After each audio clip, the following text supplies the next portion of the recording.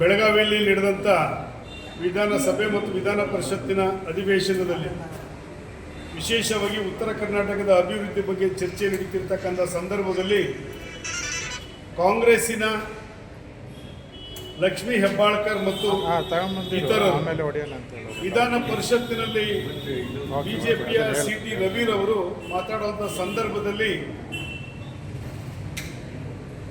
ಲಕ್ಷ್ಮೀ ಹೆಬ್ಬಾಳ್ಕರ್ ಅವರು ಕೊಲೆಗಡಿಕ ಅನ್ನೋ ಪದವನ್ನು ಉಪಯೋಗಿಸಿ ಸಿ.ಟಿ. ರವಿಯವರನ್ನ ಅವಮಾನಿತರನ್ನಾಗಿ ಮಾಡಿದ್ರು.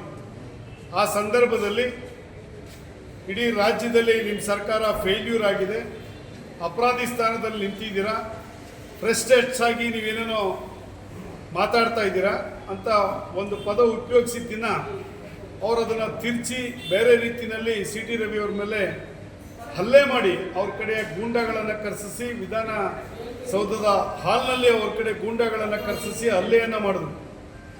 ಮತ್ತು ಇದು ವಿಧಾನ ಪರಿಷತ್ತಿನ ಸಭಾಂಗಣದಲ್ಲಿ ನಡೆದಿರ್ತಕ್ಕಂಥ ಘಟನೆ. ನನಗೆ ಸಿ.ಟಿ. ರವಿಯವರು ಯಾವುದೇ ರೀತಿ ಕೆಟ್ಟ ರೀತಿಯಲ್ಲಿ ಮಾತಾಡಿರ್ತಕ್ಕಂಥದ್ದು ನನಗೆ ಕೇಳಿಸ್ಕೊಂಡಿಲ್ಲ.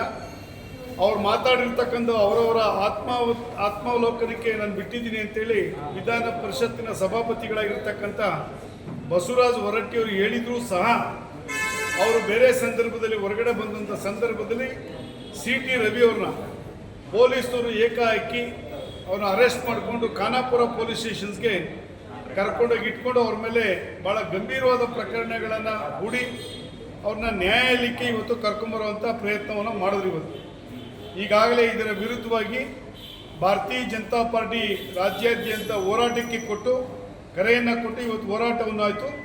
ಇವತ್ತು ಕರ್ನಾಟಕದ ಉಚ್ಚ ನ್ಯಾಯಾಲಯದಲ್ಲಿ ಸಿ.ಟಿ. ರವಿಯವರ ಬಂಧನ ಮತ್ತು ಅವ್ರ ಮೇಲೆ ಹಾಕಿರ್ತಕ್ಕಂಥ ಮೊಕದ್ದಮೆಗಳನ್ನು ಪ್ರಶ್ನಿಸಿ ಭಾರತೀಯ ಜನತಾ ಪಾರ್ಟಿ ನ್ಯಾಯಾಲಯದ ಮೊರೆ ಹೋದ ನಂತರ ಇವತ್ತು ನ್ಯಾಯಾಲಯ ಸಿ.ಟಿ. ರವಿಯವರಿಗೆ ಮಧ್ಯಂತರ ಜಾಮೀನನ್ನು ನೀಡಿ ಸಿ.ಟಿ. ರವಿಯವರನ್ನು ಎಲ್ಲಿ ಬೆಳಗಾವಿಯಿಂದ ಕರ್ಕೊಂಬರ್ತಾ ಇದ್ದಾರೆ, ಯಾವ ಜಾಗದಲ್ಲಿದ್ದಾರೋ ಅಲ್ಲಿಂದನೇ ಅವ್ರನ್ನ ಬಿಡುಗಡೆಗೊಳಿಸಬೇಕು ಅಂತ ಹೇಳಿ ಸರ್ಕಾರಕ್ಕೆ ಒಂದು ರೀತಿ ಕಪಾಳ ಮೋಕ್ಷವನ್ನು ಇವತ್ತು ಕರ್ನಾಟಕ ಉಚ್ಚ ನ್ಯಾಯಾಲಯ ಮಾಡಿದೆ. ಇವತ್ತು ಈ ರಾಜ್ಯದ ಗೃಹ ಸಚಿವರು, ಬೆಳಗಾವಿನ ಪೊಲೀಸ್ ಅಧಿಕಾರಿಗಳೇ ಒಂದು ರೀತಿ ಮುಖಭಂಗವಾಗಿದೆ. ಡಿ.ಕೆ. ಶಿವಕುಮಾರ್ ಅವರು ಗೃಹ ಸಚಿವರು, ಅವರು ಈ ಅಧಿಕಾರದಲ್ಲಿ ಮುಂದುವರಿಲಿಕ್ಕೆ ಯಾವುದೇ ರೀತಿ ನೈತಿಕತೆ ಇಲ್ಲ. ರಾಜ್ಯದಲ್ಲಿರ್ತಕ್ಕಂಥದ್ದು ಇವತ್ತು ಕೆಲವು ವಿಭಾಗದಲ್ಲಿ ಪೊಲೀಸ್ ಗೂಂಡಾಗಿರಿಯನ್ನು ಮಾಡ್ಕೊಂಡು ಇವತ್ತು ಹತ್ತಿಕ್ಕೋ ಕೆಲಸವನ್ನು ಮಾಡ್ತಾ ಇದ್ದಾರೆ.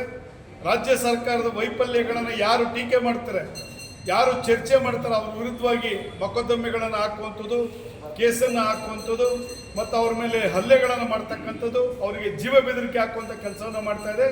ಇವತ್ತು ಸಿ.ಟಿ. ರವಿ ಬಂಧನವನ್ನು ತಕ್ಷಣವೇ ಬಿಡುಗಡೆ ಮಾಡಬೇಕು ಅಂತೇಳಿ ರಾಜ್ಯ ಸರ್ಕಾರಕ್ಕೆ ಇದು ನ್ಯಾಯಾಲಯ ಇವತ್ತು ಛೀಮಾರಿ ಹಾಕಿದೆ.